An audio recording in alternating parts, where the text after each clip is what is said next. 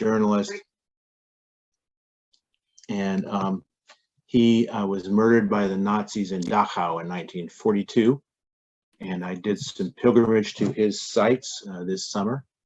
And I wanted you us to meditate on a prayer that he wrote when he was already imprisoned in the German Nazi camp in Amersfoort in the south central Netherlands. Let us hear and meditate on his words. Dear Lord, when looking up at thee, I see thy loving eyes on me. Love overflows my humble heart, knowing what a faithful friend thou art. A cup of sorrow I foresee, which I accept for love of thee. Thy painful way I wish to go, the only way to God that I know. My soul is full of peace and light, although in pain this light shines bright. For here thou keepest me to thy breast. My heart longs to find its rest.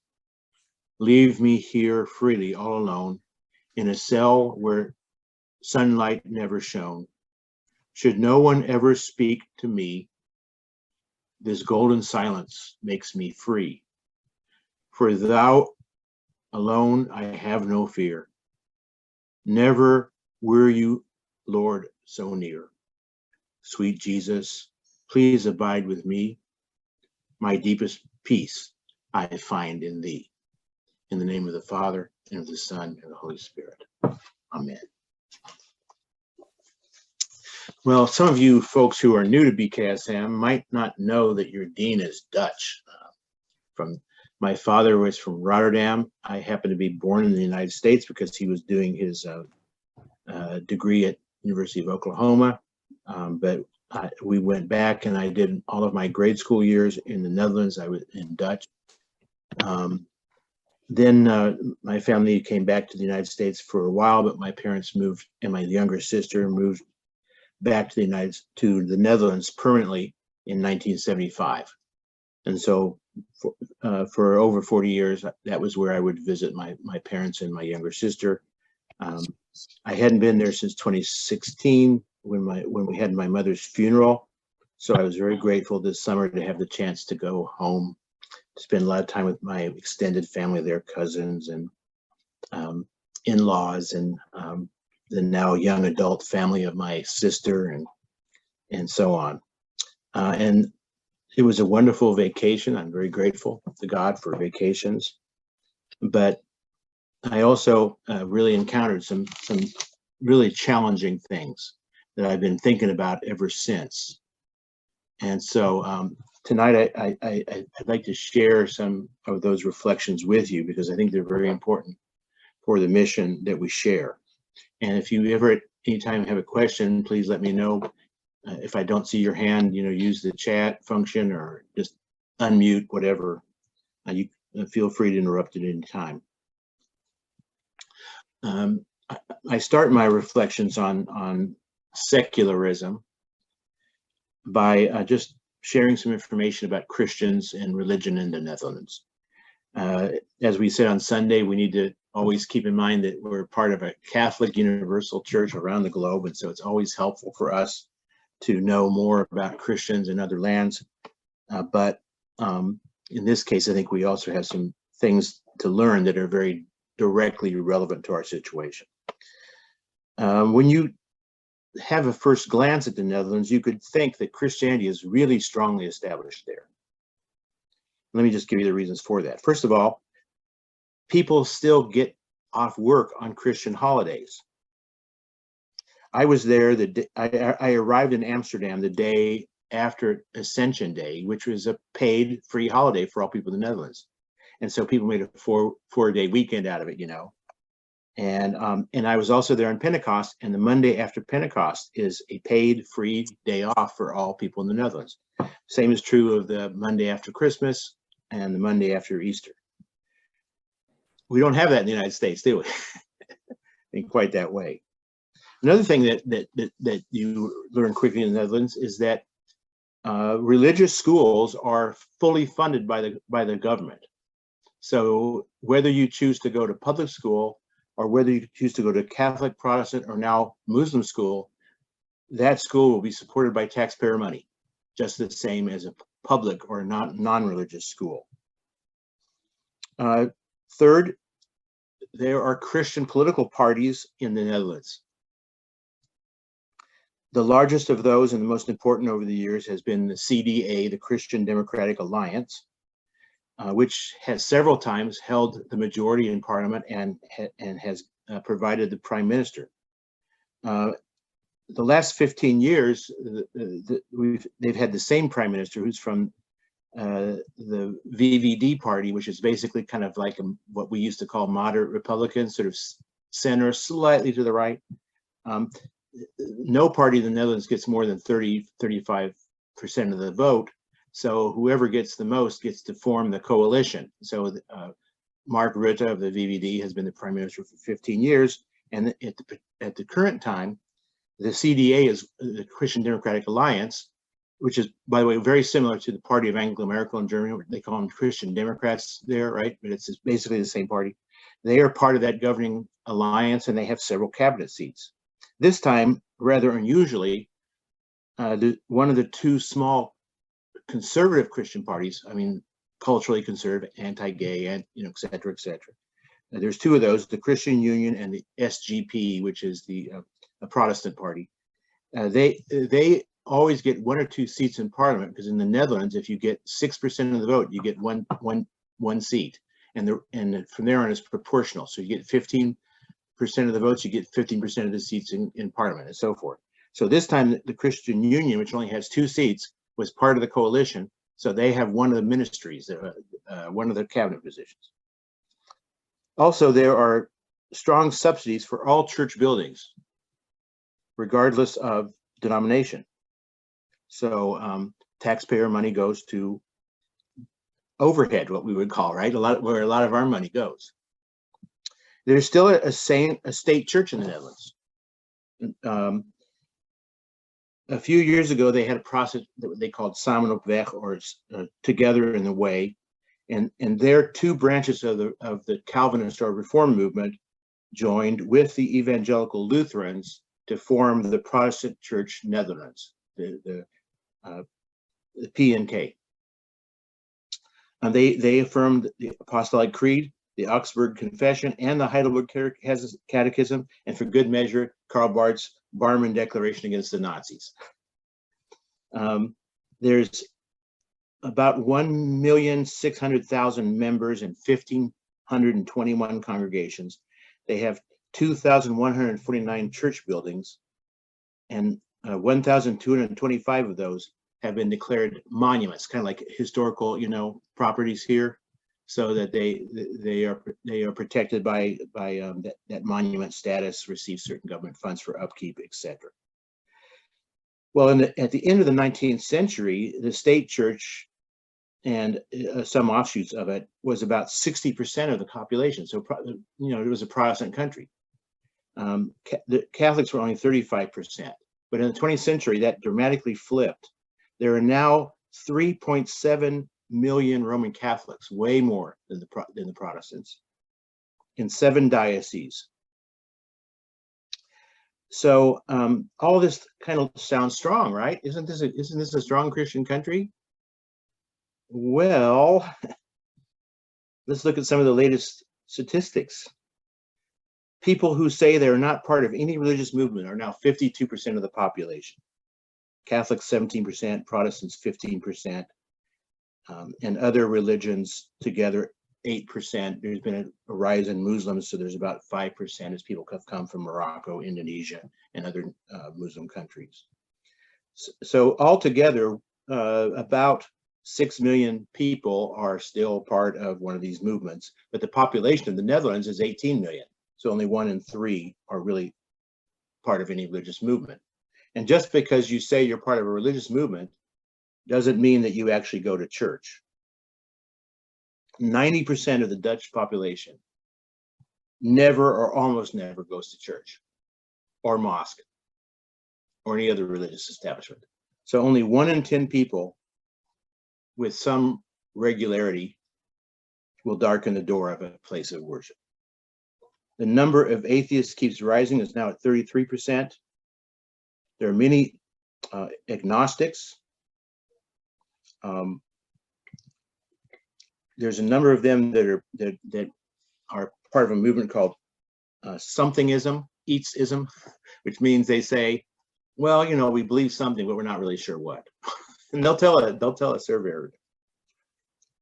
So what you see is when you go to church in the Netherlands, I went to a number of them, is that the attendance is small, and it's overwhelmingly comprised of elderly people.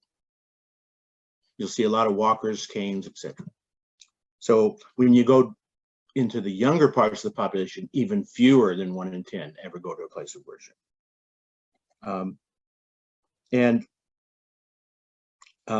I went, for instance, to the shrine of Titus Bronsma in the Frisian city in the north of Bolsward, beautiful chapel named after St. Francis.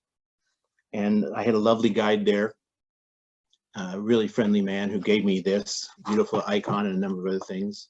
And he was about 55, and he told me he was the youngest person in his congregation, that everybody else was older than he was. And when you begin to ask people why they don't go to church, they will tell you that the establishment of the church that I described above is actually a turnoff for them. They see the church as linked to secular power, and they don't like it.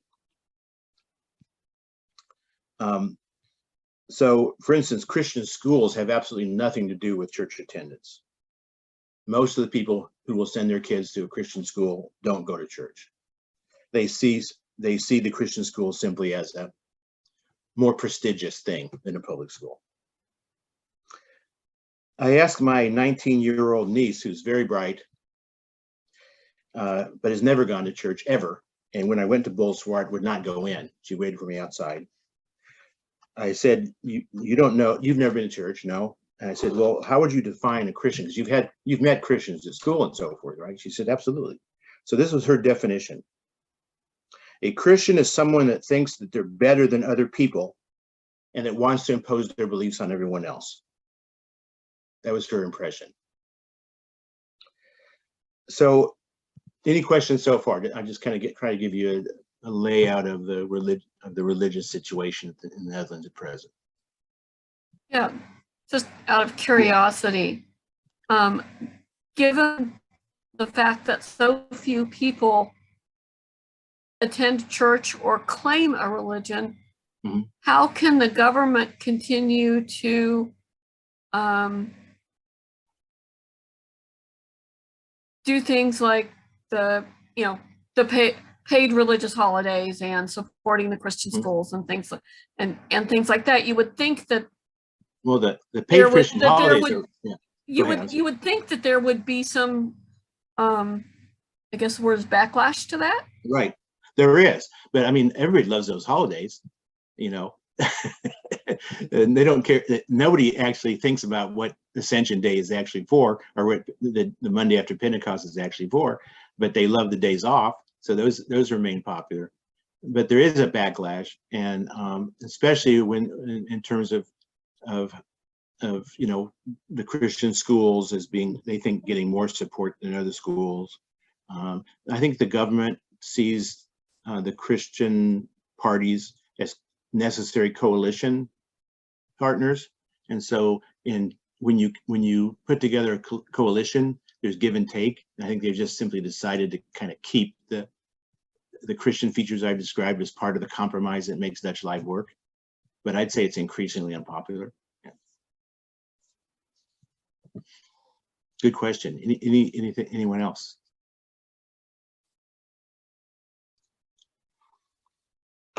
Okay, here's the really interesting question. What has caused this steady decline of participation in the Christian church? And the honest answer is that we don't know yet. There's a lot of research going on. For a long time, people floated what they called the secularization hypothesis. That is, they believed that with the rise of modern science, modern medicine, and so forth, people just simply didn't believe religious dogmas or ideas anymore. They didn't need prayer because you'd go to a doctor, and so forth. And that was, I think, the reigning hypothesis for a long time. But I think it's simply not, it doesn't square with the facts. If science has made people less religion, why is it that still today, 53% of the Dutch people say that they do believe in some kind of afterlife? That's not a very scientific idea, right? Why do 1/4 of all non-believers say that they still pray sometimes? Why do 31% say that they're spiritual? So I think the secularization theory alone doesn't account for this. And so let me just immediately change the title of my presentation. What we're really dealing with is not secularism, but unchurched or non-church, right? People that don't go to church, people that have no interest in going to church at all. 31% of the population still says they're theists, right? And another 14% says they believe in something, though they don't know what. I talked about that earlier, right? So this is not a people who have, science has driven out all interest in things beyond the human. It's simply that they don't find the church's response to that satisfying. Yeah, I think it's a form of disengagement, indeed, Ivan. But based in my interviews more on the behavior of Christians than on science. Because you hear stories again and again and again when you ask people why they don't go to church about how horrible they think that Christians behave. There's a moral repugnance towards Christians. I want you to really hear that, okay? They think that we're immoral. And a lot of the standards that they apply to that came from Christian morality. So, for instance, we had these massive pedophile cover-up scandals that rocked the whole Roman Catholic Church and beyond, right? In many countries, people simply stopped going to church. In the Netherlands, somewhere between 1/4 and 1/3 of all Roman Catholics turned in their membership and said, we no longer want to be a part of this church. Very interesting example that they point to is what happened in Ireland. I don't know if you all are familiar with this. Ireland was probably the most Catholic country in Europe, maybe Poland would be a close second. Being Roman Catholic and respecting the Roman Catholic was very much central to Irish culture. And so after Roe v. Wade, a number of American conservative Catholics went over to Ireland to see if they could create a abortion-free zone in Europe, in Ireland. And they spent a lot of money on the campaign. They did a lot of propaganda or advertisement. And in the early 1980s, they managed to get the Irish people to adopt a constitutional amendment that prohibited abortion in any circumstances. A few for cases of the life of the mother were permitted. And then after that, a couple of things happened. One is that they found out that young women who were in wedlock, that is, they were going to have a baby without being married, were put in what was called the Magdalene houses. Some of you heard of this, where they were really mistreated, beaten sometimes, forced to give their children over for adoption, whether they approved of that or not, sexual abuse sometimes. Then, of course, the whole pedophile scandal broke out. And they found out that actually the constitutional prohibition of abortion was having zero effect on the number of abortions. People were going over to England. They could go right into Northern Ireland, which is under English rule, or they could easily get across the Irish Sea to go to Liverpool and other places. And the number of out of Ireland abortions rose dramatically every year. Of course, at the same time, more and more women were doing illegal abortions in Ireland, and the incidence of women dying in childbirth or during abortions rose dramatically. And so the Irish had a revulsion against the church that had been so much a part of their culture. They turned around completely. And it's kind of sad because when you lose a critical part of who you were as a culture, it's kind of hard to find what you are now. If you're not Roman Catholic, what are you, right? And so Ireland right now is in the process of searching and trying to redefine their identity. But about a decade ago, well, less than that, 2016, I think it was, they demanded that there be a national referendum on abortion rights, and the people who believe in choice won by an overwhelming majority, totally repudiating the efforts that had been put in later. Oh, I mean, previously. So people often point to that example of a church whose culture failed massively. Yeah, Lori, can I take your question? I was just wondering what the motivation was for people from the United States to go over to Ireland and form an abortion-free zone. Were they hoping those would spread then? At that point, they felt that the United States had become so liberal and immoral that there was no way that they could overturn Roe v. Wade. It was only later that they developed a strategy, which they've now very successfully implemented, to basically get their people in the Supreme Court and have the Dobbs decision that we had this earlier this year, right? So at that point, they were kind of despairing of the United States, but they wanted some place to be a shining beacon of what they considered morality, and so they focused on Ireland. And you know, Now, Dean Don, have you seen where Wichita, there's two people out in Wichita wanting us to recount all the ballots? Yes, right. They have money, and so they can pay for it. You have to pay for a recount. Yeah, they're stuck right now, only able to recount like 8 counties because they don't have enough money. Mm-hmm. Mm-hmm. Yes, that's a problem. But see what people in the Netherlands point to, believe me, people in the Netherlands were watching the Kansas vote very closely. They are very aware of what's going on in the United States, and they're the name of Archbishop Naumann is very well known now around the world. He's the Archbishop, Roman Catholic Archbishop of the Diocese of Kansas City, Kansas, and he raised most of the money for the Yes campaign, and really put his prestige on the line, right? And so do you think? Let me just finish a minute here, and so it seems that people in the Netherlands would say it looks like the Roman Catholic Church learned nothing from the Irish debacle. You see, so they see this as just really dogmatic, closed-minded people that can't get the basic point that legal prohibition of abortions does not decrease the number of abortions. Go ahead, James. Yeah. Do you think that's why the governor of West Virginia refuses to put the vote to his people? Could be. As to what happened with Kansas? Could be. Yeah, I don't know. David, did you have your hand up? Unmute, please. I can't hear you.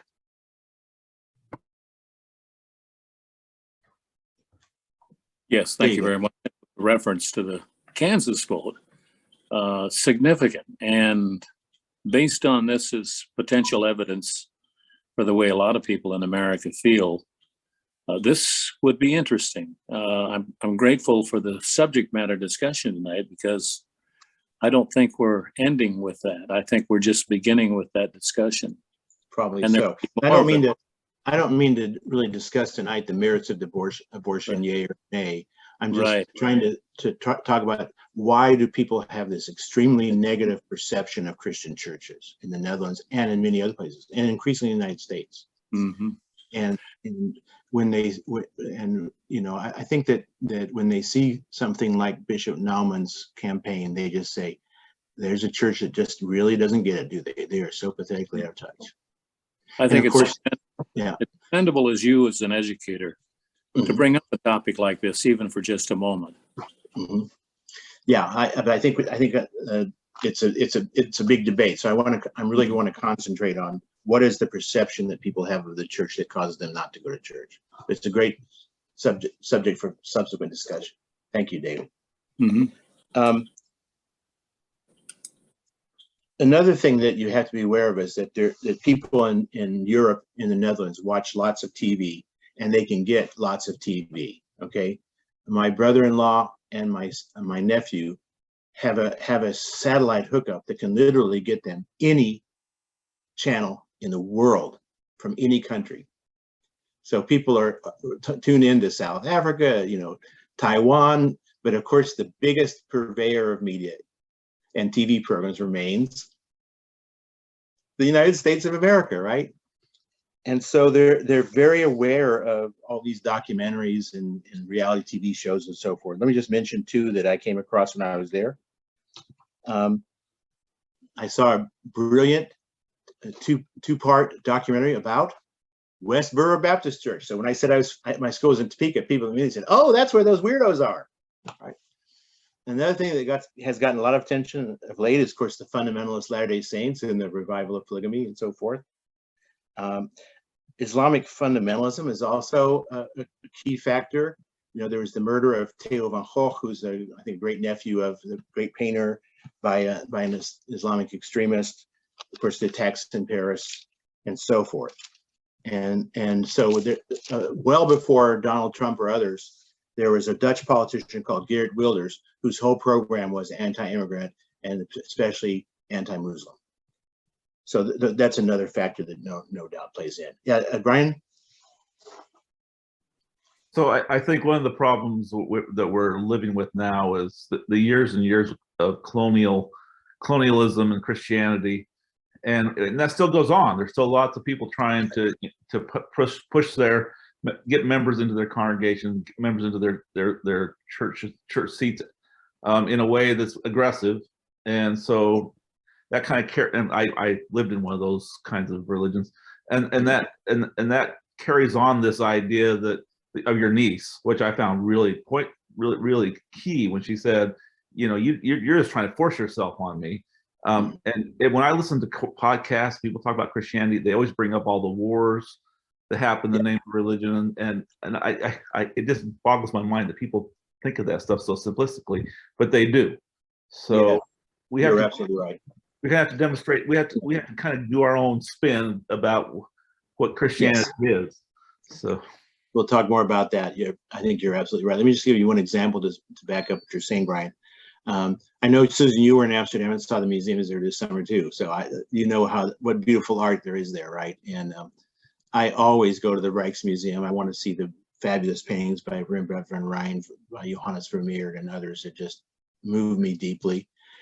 This time, for the first time, I noticed that right next to Rembrandt's Night Watch, that really big canvas that is so spectacular in its use of light and shadow and everything, they now have a whole wing of the museum dedicated to all the paintings that they didn't used to hang, which show colonial stuff, right?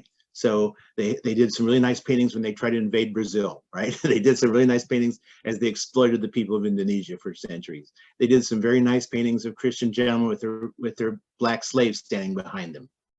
And those were all hidden away for years. And now they're out there in the open. And that has, been kind of like Black Lives Matter here. It's been a shock to the Dutch sensibility to realize, oh my gosh, this whole wonderful golden age that we had and all this wonderful art was all based on colonial exploitation and on slavery, in which at every step of the way, Christianity gave their assent and approval, right? Let me just mention also the day-to-day experiences that people have with judgmentalism, okay? My brother-in-law, Joost, is one of the most moral and fine people I've ever known. He's a humanist, and they have an organization. They have their own rights of burial and so forth and everything.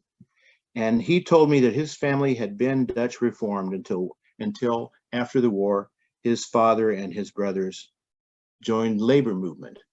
And the pastor one Sunday in church from the pulpit pointed his finger right at them and said, "You cannot be red and Christian."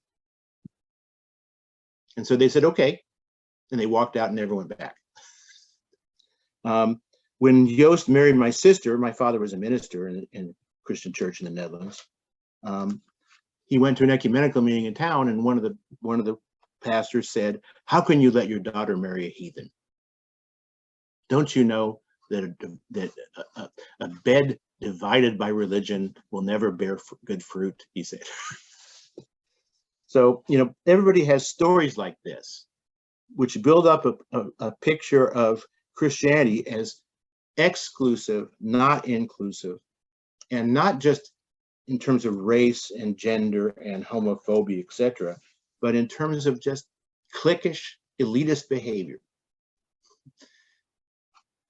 So again, my niece Annalise statement: Christians are those who think they are better than others. Do stop me at any time you have a question. Now, my third topic is, what does all this have to do with the United States, right? We don't have establishment of religion like that, do we? We don't have preference given to Christian schools and so forth. Well, the Supreme Court, all the attention went to the Dobbs decision, and we can understand why, right? Overturning Roe v. Wade. But at that same session, they did two quote unquote religious freedom cases in which they ruled that a coach at a public high school in Los Angeles may kneel down at halftime and lead in prayer. But that one got all the attention. And there's another case that didn't, which was in Maine, where they decided that the state not only can, but must give funding to religious schools. So apparently there are some people who would like to see a situation like the Netherlands develop here. Okay. Church attendance in the United States. As far as we can tell, because we learned some years ago that people lie to pollsters, we still have this notion that we're supposed to be a Christian nation. And so when people get a call from Gallup, they don't want to say they don't go to church. But we began to compare the Gallup and other polling numbers like that with actual attendance records of churches, and found out that we had been overestimating church attendance by about 13 to 14%. And so as of 2021, people who sometimes or all the time go to church is now at 28%, but it's been dropping 3% every year. 57% of the population never or very seldom attends church. Yeah, Martha. Back up for just a second to your comment about Sure. the money to schools. I'm just curious, in the Netherlands, is the distribution between the public schools and the religious schools fairly equal, or do they have a vast inequality of services and everything?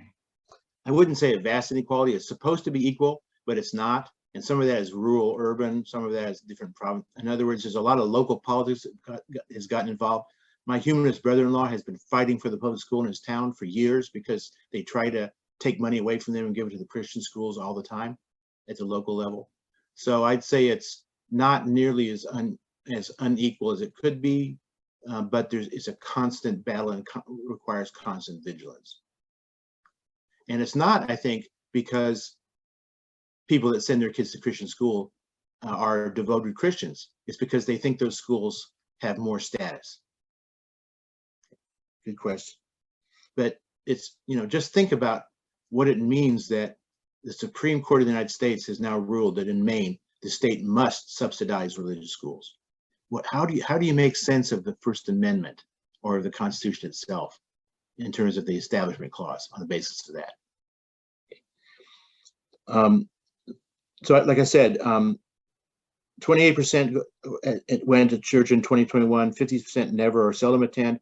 But there's huge worries about what COVID has done. It appears that some people are now staying home more regularly and may not ever return. Yeah, Greta. This is a follow-up question to Martha's question. And that is it specifically religious schools, or is it any private school? Any school. There is no private school in the Netherlands as such. Doesn't exist.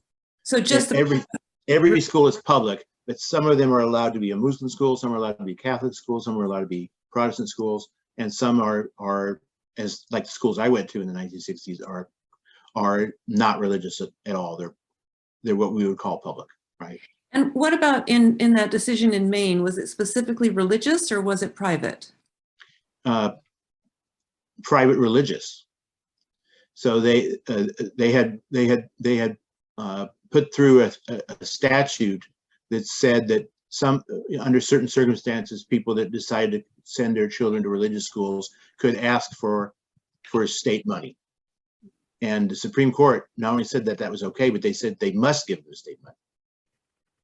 And it was specifically religious schools, not private Yes. schooling or homeschooling Yes. or anything else. Yes, right. Yes. So that is now a precedent.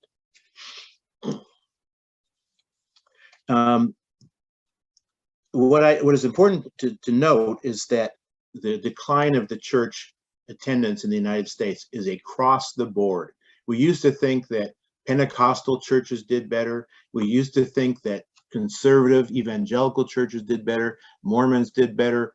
We used to think that the African American church in general was more faithful, but now we're seeing that decline across the board. There is no exceptions. The Southern Baptist Convention, which of course is in the middle of its own sexual scandal, which has led now to a Department of Justice investigation, has been declining for years, and they've been gravely worried about it. So there's no exceptions. It's happening among all types of American churches. And I think that when you ask people why they don't go to church, you hear the same kind of things that I heard in the Netherlands. Constant reference to the bad behavior of the church in terms of pedophile and sexual scandals, pushing their views on the rest of us over the abortion issue, etc. So it seems that we're heading in the same direction as the Dutch church, and for many of the same reasons. Justin. I was just going to say, while I agree that COVID has certainly affected many of our church physical attendance, we've actually noticed here in the Diocese of Missouri, we've had some of our parishes that actually increased in attendance and participation. Right. Our bishop has done a great job of helping refrain how we track engagement more than just physical bodies in a building on Sunday. Right. The average Sunday attendance, which became a standard some years ago, is now being severely questioned. But we really don't know across the board yet what the COVID effect is. I'm hearing reports like the one that you shared, but I'm also hearing the exact opposite. And we don't know yet if people who attend on Zoom are going to give, or are they going to? What will this be a new standard of participation, where you simply kind of tune in on Sunday mornings? We just don't know yet. It's too early, but there's grave worry in many quarters. And always there are happy exceptions and hopeful signs that we want to not rule out, right? Yeah, Brian, did you have another question? I was going to make a comment that we can probably be pretty sure that we are going down, because we're usually about 10 years behind Western Europe in our trend, and I wouldn't be surprised if in 10 years from now we'll be exactly like the Dutch. I think. I did want to mention about the Mormons, since I pay attention to them. Right. The Salt Lake movement, they actually haven't lost according to their numbers, although it's always suspicious about how numbers come up. Right. But they aren't gaining either. They're just like they're breaking even. They think it may be due to the high birth rate that they demonstrate, but and also some growth in Africa. But yes. Well, in the United States, you would have more sources than I do, but my source is a very faithful LDS person in Salt Lake City who's a lawyer, who tells me that they have closed wards and they have closed entire states. All around the world they are. Right. And that again, the loss is primarily young adults. But it tends to be a holding pattern more so than other religions, mostly because of the high birth rate. But they're showing great increase in Africa, like everybody else. Yeah, so this is why ASA was developed, because membership statistics are one thing, but how many people are actually active is another. And as you know, the LDS don't take you off the records unless you're excommunicated or unless you insist upon it. So you may not have been in church for 50 years, but they still count you as a member. Absolutely, their numbers are inflated. But I think it's just all I'm saying is I don't think they're experiencing the same reduction, and so they're not as scared. But they just had a sex scandal, so that came across on the AP. So It's helpful not to be scared when you have so many investments in outside businesses that you could actually go down to very few people and still not really be hit. They don't need members. The corporation will survive. Billions of dollars. But young adults are leaving the Mormon Church for 3 reasons: the gay issue, women's issue, and the fact that they can now easily find online what the real history of the church is, and that has caused them to lose faith in the old church leaders who are giving a version of history which simply does not accord with the facts. Would you agree with that, Brian? I'm sorry, you're muted. 100%. Two of my 4 children are out for those reasons. One's out for the LGBTQ issues, and one's out because of all the other things that you mentioned. Yeah, and see especially because it's such a family religion. Are you going to abandon your kid because the church says that your kid's a sinner? Are you going to, not stand up for your wife and who's very professional but is told that she has no leadership authority in the church?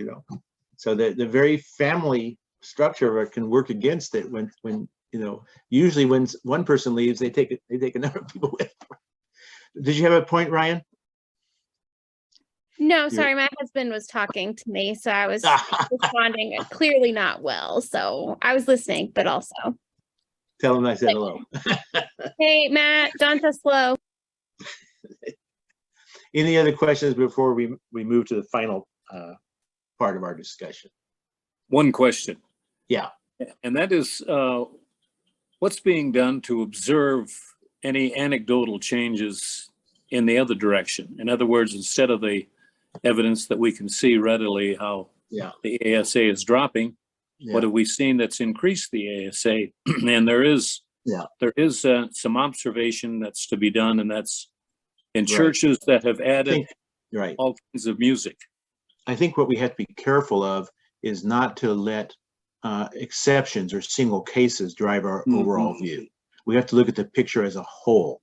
There have always been churches that grow by Christians migrating there from other churches. This is what we call the whole mega church phenomenon, such as Church of the Resurrection here in Leawood in Kansas City, right? They didn't grow by getting new Christians. They grew by getting people that left their other churches, some of which had to close, so that they could all be in that big mega church where there's great music, etc. So we have to be very careful not to look at single instances, but to see the overall picture.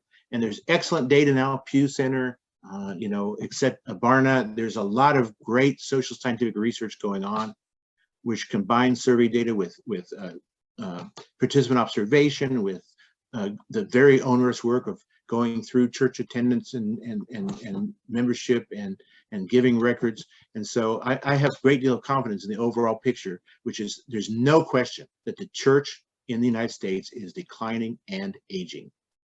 Okay. If you look at your average church, and I've traveled all through the 4-state region of that Bishop Kemper School serves, if you took an insurance agent with you and he ran an actuarial table on that congregation, you'd be surprised how soon that whole congregation will die out.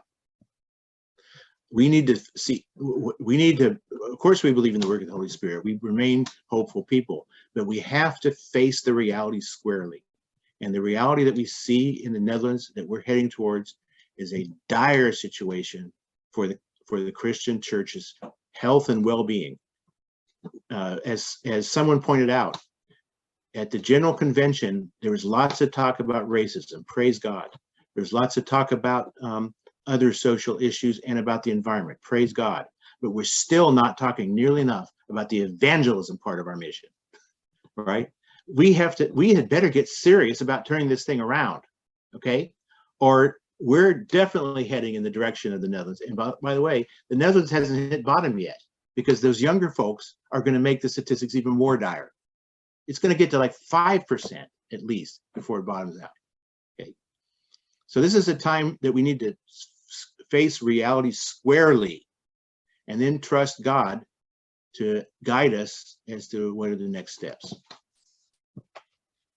And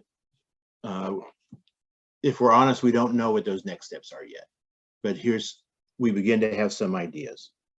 There are, of course, all kinds of evangelistic strategies And we're going to have a new class at Bishop Kemper headed by Canon Whitney Rice, who's an expert on this, and I'm really excited about that.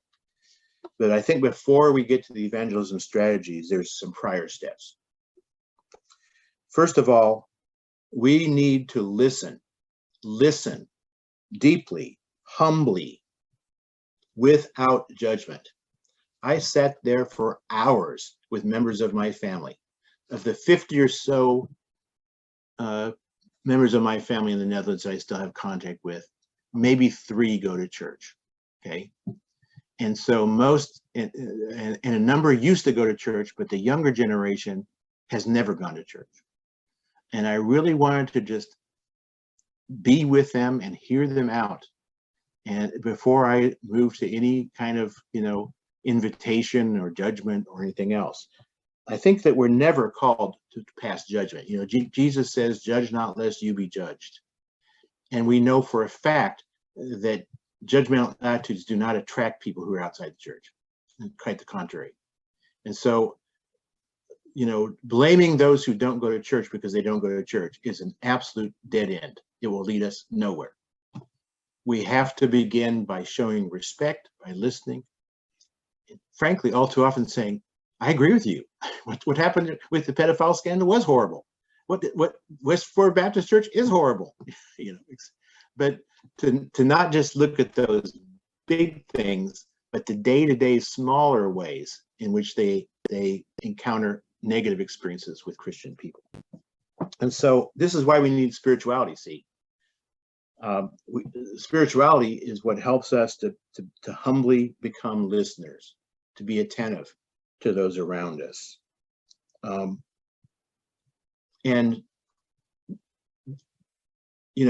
One of the great signs of hope that people said, well, but people who don't go to church are still spiritual. I think based on my experience in the Netherlands, I really would qualify that, because they would define yoga as spiritual. They would define meditation without any reference to God as spiritual.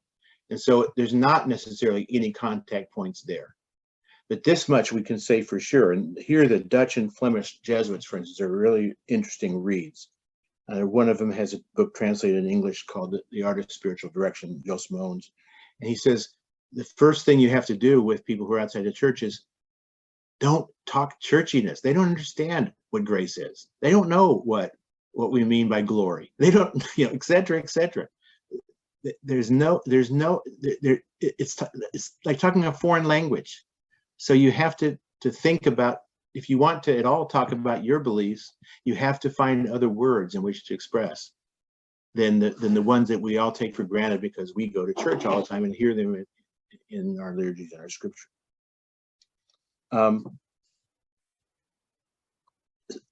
I think that the reality is that if we are to grow again, if we are to engage in effective evangelistic strategies, if you look across history, this has always been the case in every century of the church. Before you can have a campaign of church growth, the church has to engage in fundamental reform. It has to be willing to repent of wrong paths and seek better paths. Certainly that's true in terms of sexual abuse. And I think the Episcopal Church, for instance, has done a lot there in the strengthening of Title IV.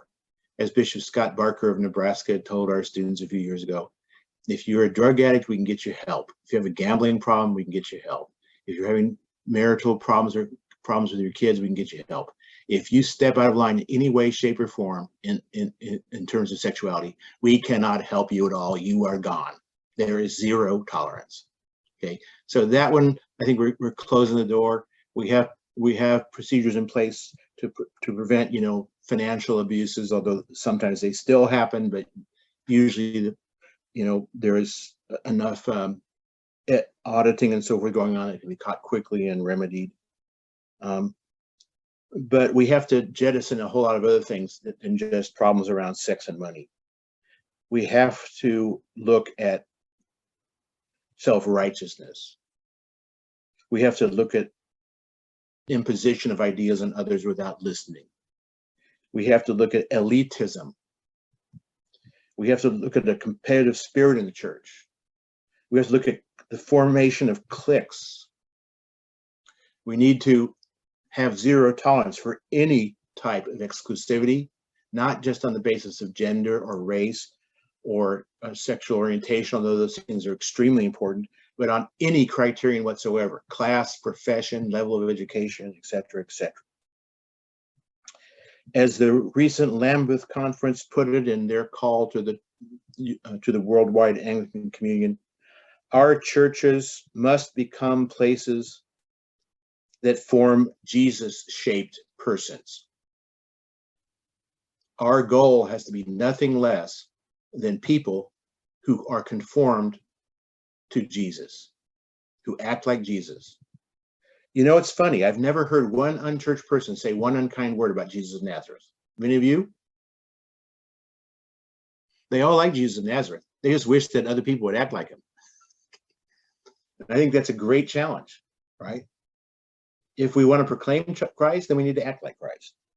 And we can by the power of the Holy Spirit and by the right kinds of formation programs.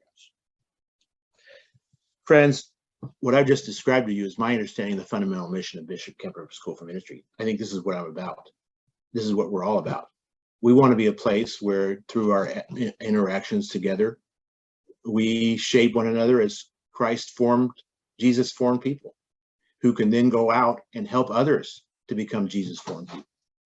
Because I think that always tracks. And we don't have enough of it. Yeah, Ryan. Sorry, not trying to interrupt your No, please. reflections here. I just wanted to say, like, I work mostly with Gen Z, so you know, people's kids in the church. And I will say that, like, what you're saying about evangelism in unchurched groups in general is just valid for even kids who are in our churches currently. For whatever reason, I think in the 80s, 90s, early 2000s, the church took, sorry, my dog is being obnoxious, took a terrible form of doing Christian education into silos, and we lost a lot. And our children, our church children who come, you know, more than once every 3 months, don't know those words either. They don't know what grace means or glory or holy or any of those things. And until we really get what Christian education is meant to be in our parishes, I don't know that evangelism strategies are going to be possible. But I will say that something that I find very encouraging about the children and youth that I work with is that they do care about Jesus a lot, and they aren't scared to invite people to come and see what happens there. They may not have the Christian language yet, but they do have this sense of hospitality. So it's not that the church has completely failed. We've got some work to do, my friends, as far as Christian education goes. I'm not going to lie to you. Right. But evangelism might be a scary word for us, especially if you come from another tradition like I do, but they don't even know what they're doing is evangelism. Right. And so, it's not something that scares them. Yeah. And so I think there's a lot of hope there, but there's also a lot of work to do there too. Sorry, that was just my 2 cents, and I'll stop talking.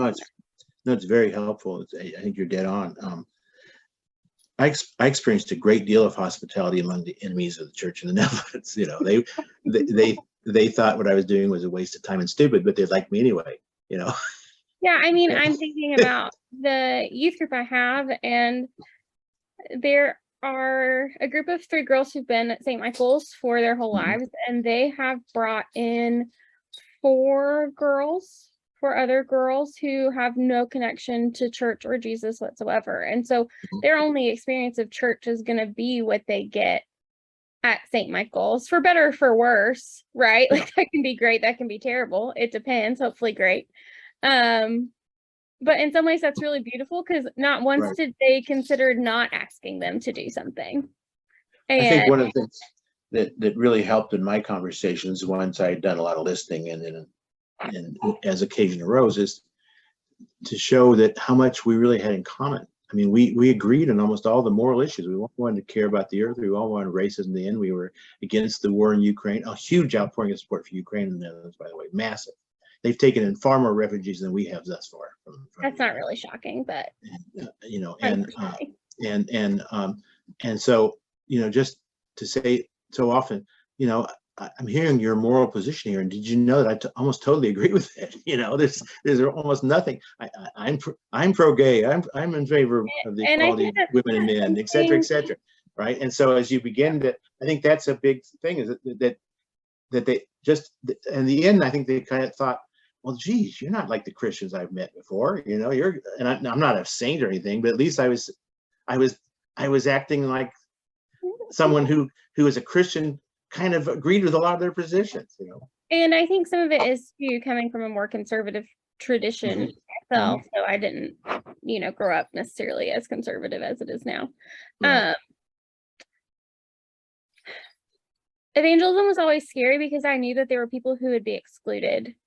Yes. Right. And so Yes. with these social stances the Episcopal Church has taken in the last few decades, really, we set ourselves apart in a way to be able to connect. Most people don't know that. I know. But believe me, the media is not covering that. That's not what they're getting on TV. No, what I'm saying is, people expect Christians to look a certain way in the like outside of the church, right? And so when these kids come and they see my giant pride flag and my like, we welcome you, we welcome all, like we care about you as a person, and you know, they were all vote no August 2nd and all these things. I'm like, yeah, no, of course. Like, no, my point is simply my point is simply, if we think that we can just have the stances that we do and people will notice. No, they don't know about it. We're one of the best kept secrets in the world, actually. Oh no, for sure. There's something we need. There's something we need to do, you know, to get the word out. They're all shocked by it. They're like, "What do you mean you're okay with like all these things?" I'm like, "We're pro. We're not just okay with it. We're pro. Like, we want people to be who they are." I want to go to Josephine. Josephine has a question here. Yeah, but anyway, very helpful. Yeah, Josephine.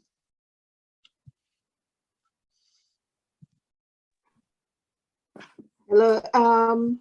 I was thinking, I read, I don't know how many of you read the article Bishop Dion Johnson wrote on during the summer about the church has to be dead, you know, and, you know, the church has to be dead and resurrect, you know, to be able to come back to life. You know, I've been, you know, thinking about that. And, you know, I was able to say, I think, you know, it's true, because he was trying to say that we need to let the church die, then we can resurrect like Christ, you know, and bring change, you know, and the church will, maybe I'm not saying it right. You might help me, you know. What I understand by that, you know, is that the church has to be authentic, truthful, because you know, we started with lies, and when people started finding that Christianity, you know, started with lies and so on, and not fulfilling their obligation as a church, so people become, you know, they don't want to be part of it anymore. So you know, we need to you know, start all over again. Maybe wipe the old thing and start new. You know, you can. Yeah, there's certainly practices and so forth, even institutional forms that no longer serve us well.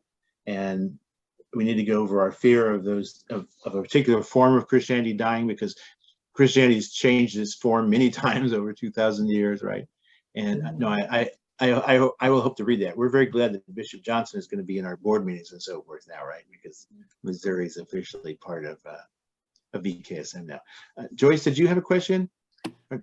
I've been listening to the recent discussion we had about the Episcopal Church and what we can do, and that's what's so frustrating to me, and maybe to some of you too, is that the Episcopal Church they had what I thought were really smug ads about 10, 15 years ago about, don't check your brain at the door and that kind of thing, which, I think a lot of people who were, I don't think that would have attracted too many people. But the Episcopal Church has an opportunity to say, and it's difficult because you could go get smug about this too, that we can offer something to people that's different from a fundamentalist church. And I think people are doing that on an individual and parish level to some extent, and some are more successful than others, but we're not Catholics, we're not Methodists. There are a lot of people in this country who've never heard of the Episcopal Church. And I think the church, TEC, the Episcopal Church, needs to have a stronger voice about that. I think those are very, very good points. I'm glad that the era of the smug ad seems to be behind us. I talked to people that just thought, oh, you guys really think you're the cat's meow, don't you? Right. It was just sort of like, we're so much better than everybody else. And that's not the right approach, even though it's true. Yeah, even if we think so, right? I think Robert and then Susan. Yeah. I just had a quick question. I was going to ask Josephine where that article was. Oh, Bishop Johnson's statement is probably on the website of the Diocese of Missouri, I would guess, right, Josephine? The magazine, SIC, the Episcopal newsletter. I don't know. Do you guys get it?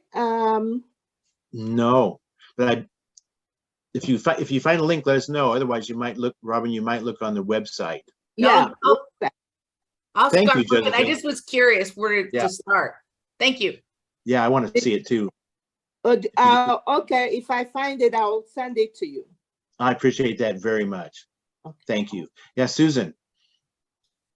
Yeah, I just listening to everybody's comments. I wanted to share, when I got home from school Sunday, I joined a family Zoom that we have every Sunday at 1 o'clock. And my brothers, who none of them go to church, they're very supportive of what I'm doing, but they were asking me how school was and what class I was taking. And so I was trying to, in just a few minutes, describe the things that we talked about in theology. But I did share that the Episcopal Church at their convention was discussing the issue of baptism before being able to take the Eucharist. And it generated a lot of discussion between my brothers. And one of them made the comment, he said, yeah, I know, if you go to church and you decide you want to be a member, and they make you take all these classes, and it was real obvious to me that they just don't, like you said, they don't understand the things that are important to us as ministers in the church. Even though I tried to present the arguments for and against, it just left me with the feeling that how do we make ourselves relevant to people who don't even realize something that happened 2,000 years ago? How do we make Jesus relevant? How do we make baptism and how do we make Eucharist relevant and describe it maybe in today's language? Or I'm not sure. I don't know. I don't have the answers, but it just left me thinking about these things. Wonderful questions that we should all think about, I think. Thank you. Yeah, David. Sorry, I'm always hesitant to talk because I am right of center. and I really seem to be an anomaly a lot of the times. But a lot of the political problems I've ran into with the church of not being even somewhat left. But when we talk about inclusiveness, one thing I don't talk too much because it's not really my story to tell. But I did talk to her this morning, and she said I could share it as much as I want now. But my sister, who is a lesbian, I got her to finally come to church. She was before she married her wife now.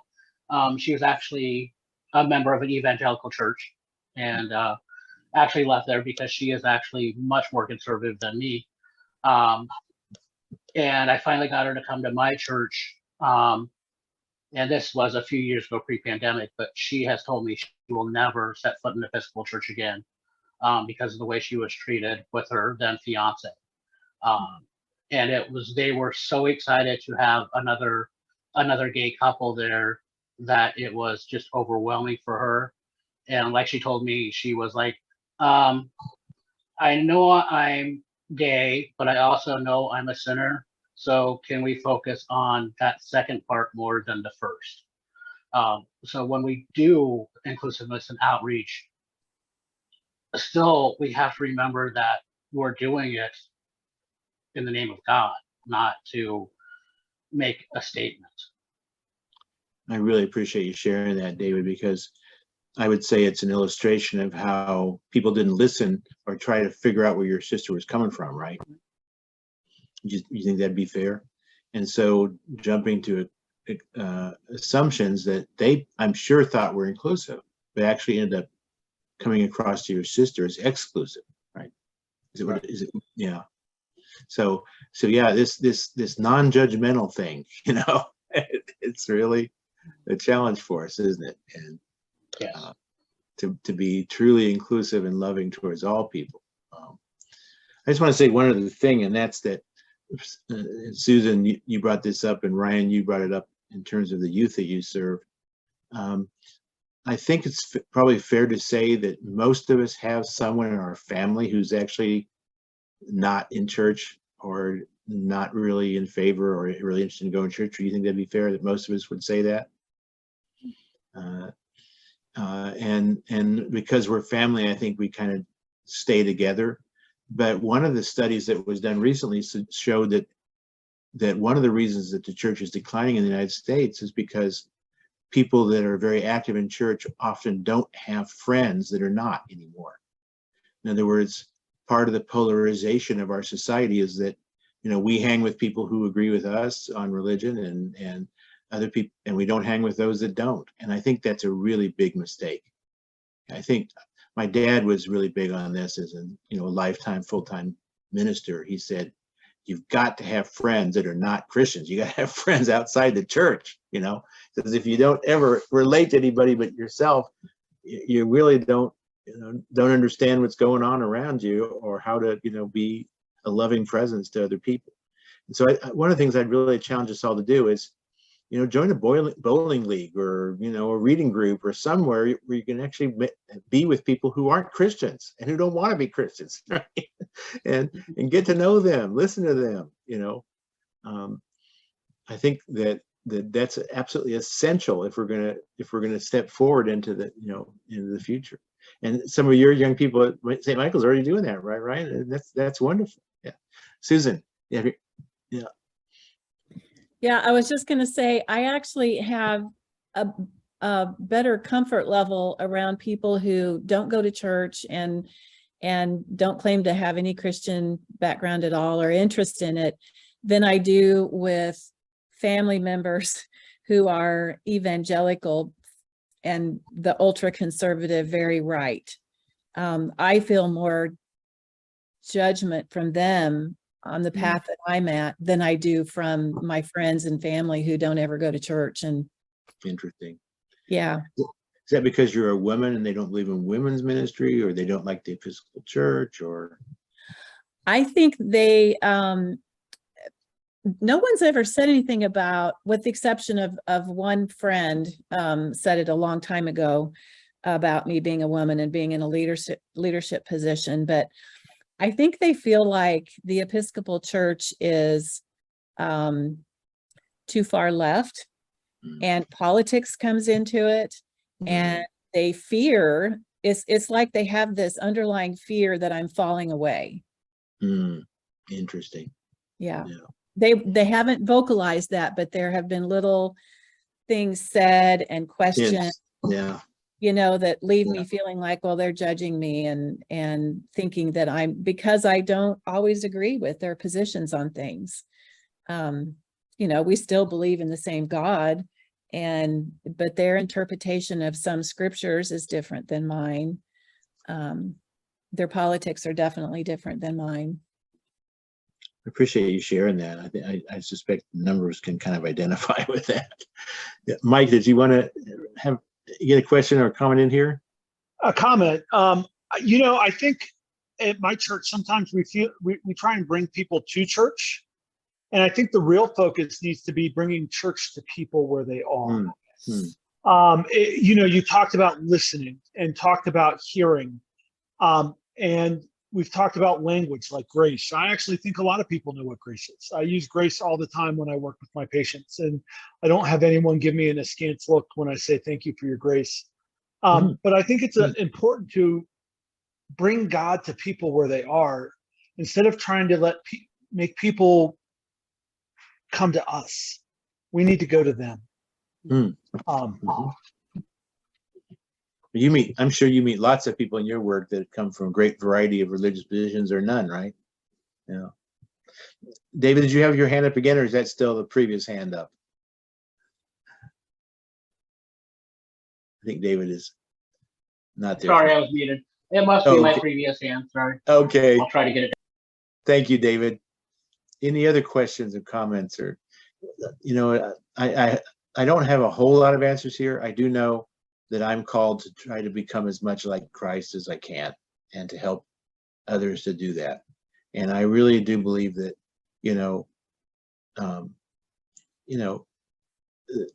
it's got to be about Jesus, right? I mean, it's Jesus is God's reach out, right? Thank you. You found it from Robin, from Bishop Johnson. Thank you. I think that's it. It's talking about being in the desert and things like that. Yeah. It's really cool. Great. Thank you very much.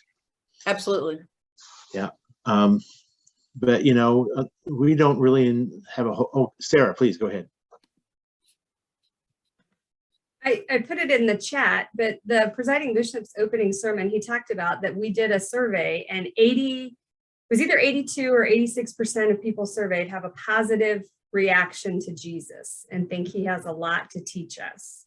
But then the number of people who are Christians goes down exponentially. And I think that, and I think Joyce brought it up, but I think that the Episcopal Church is putting together some resources and a toolkit that I think will come out in short order. The transcript of his sermon is there. If you don't want to listen, he's a great speaker, but sometimes it takes a long time to listen to him. But you can read it, and he talks about some of the things that they will be rolling out, some social media campaigns that are coming, and some things that talk about Jesus and how we follow Jesus. So things are happening. Yeah, that's very good. Yeah, and those would be great resources, but I think they're always best used when relationships have been established first, right? God's whole work with us is relational, and so no program or set of resources can take the substitute for that relationality. But once we have those relationships, then it's wonderful to have those kind of resources to at least inform us, if nothing else, right? As to how we approach folks. Did you have another comment, Joyce? No. Okay. So anyway, what I'm inviting you to is a journey where we don't really quite know where God's going to be leading us. And that it may be a stretch of desert for a while, you know, and to be comfortable with that because we have this trust that God is love and that the church is part of God's design because God wants people to be in community together, right? And to worship together and to learn together. It's, you know, it's hard to do that when everybody's just out there on their own religious quest with no community. So to remember that the church is God's call to community, you know. But to have that trust in God that will allow us to go through some uncertain times. But what we know for sure is that we're called to be like Jesus, that we're called to be formed and to help one another be formed as you know, Jesus shaped people, as Lambeth put it. And I think we can do that at BKSM, right? We can, as I tried to say in my closing homily on Sunday, you know, we're each temples of the Holy Spirit and of God's love, right? And when we kind of share that with each other, I think some really great things can happen. And if we're truly loving people, if we're truly non-judgmental people, if we're truly inclusive people, if we recognize that each person is made in God's image and is precious no matter what their political views or whatever else may distinguish them, then I think there's an attraction to that because it's the power of God's love, right? And so even though there's a lot of things that are up in the air at this point in the history of the church, this is not the first time. This has happened to the church a number of times before, when the Roman Empire fell apart in the West, and when there was the Black Death, when there were the Viking invasions, when there was the splitting, a massive corruption of the church in the Middle Ages that required the Franciscans and the Dominicans to come along, you know, when there was the splintering of the church through the Protestant Reformation.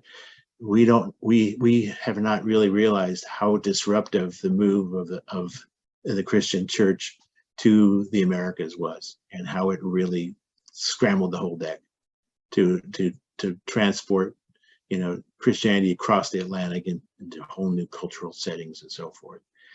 We've been in these kind of difficult, kind of in between periods before, but people always find the way forward as they turn to God in spiritual discipline and retreat and learn to listen and allow themselves to be shaped and formed in Christ's image. Then, you know, then slowly but surely we find the next incarnation, as it were, and the work of the church goes forward. So I hope you're not hearing me say that I'm not hopeful, that I'm pessimistic about the future of the church. Not at all. I'm just saying there have been some real deformations and failings that we need to be honest about and acknowledge and work to give a different impression, you know, of what it means to be a Christian, and that my niece and many others have, right? Ivan, could you say a bit more about your comment? Because I think it's a very intriguing one. You were raised an atheist, and I'm the 9th of 11 children, and religion was forbidden in our household. Wow. If you prayed before you ate, you were not allowed to eat. So wow. The little Methodist church needed a baseball team, and I had 9 brothers. So we played baseball, and I learned to interact and become friends with some people outside the church in the baseball games and in the concession stands. And then they invited me to church, and I did not even know I needed love. Love was not part of my household, so I wasn't even looking for it.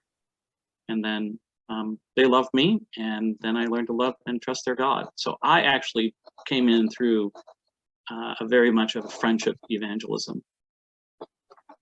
Relational. Yeah. That's a great story.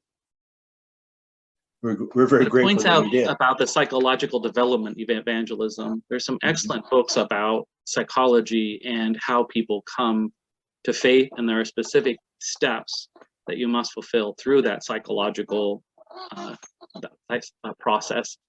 It's not just an immediate leading to crisis, right? But rather evangelization of people. Yeah. And I don't know, this is my experience when I'm in the Netherlands, that the worst possible thing I can do is actually try to evangelize them. Does that make sense? It's it's not that's a turnoff, right? It's like when a salesman comes to your door, right? Or when you go to a used car dealership. It's precisely when they know that you care about them, even if you never become a Christian, right? That really good things begin to happen. Would you say that's fair, Ivan? Oh yeah, just finding out what they need, fulfilling that unmet need. So it might be just laundry. It's just amazing that there's a young lady who is a friend of our daughter's, and we just noticed that she was wearing the same clothes because her wash machine broke, and my daughter just took on the task of just doing her laundry every week all summer long, and then she came to church. Mm-hmm. Yep. Yeah, Joyce. Well, thank you. What we've just been talking about, though, is evangelism, and I think we have to redefine it. It's not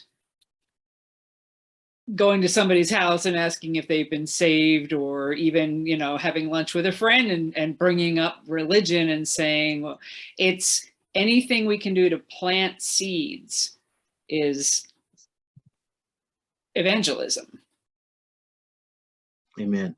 And I think that's part of it, what I was saying, to just these little steps. And sometimes I'm mixing metaphors, but sometimes the seeds take root and sometimes they don't. And sometimes plants grow and sometimes they don't. Amen. But I completely agree, and I really want the church to be much more serious about evangelism. I'm so glad we finally have a good evangelism professor at BKSM. But there's work we have to do in ourselves first, yes. And I think one of the things that happens in evangelism is I have something that you need to have, whereas the really great saints and evangelists of the church said, I'm a sinner, right? And that humility is what is so attractive. Humility, yeah. Ray Segerbrecht, do you have your hand up? Hey, Dean Don. Yes, hey, how are you? I was trying to figure out how to put it down on the button. It's easier to turn on than off, but I didn't want to leave it on after I spoke. I was just going to say that I appreciated all your comments about trying to make people who are Christ-like. I think when I think about like my spirituality, my greatest sense of like Christ and the Christian purpose on earth comes from Jesus and his example in the New Testament, and specifically the Gospels. And when I think about evangelism, if I look to him as an example, I look at how he didn't spend a whole lot of time going out approaching strangers and telling them how to believe.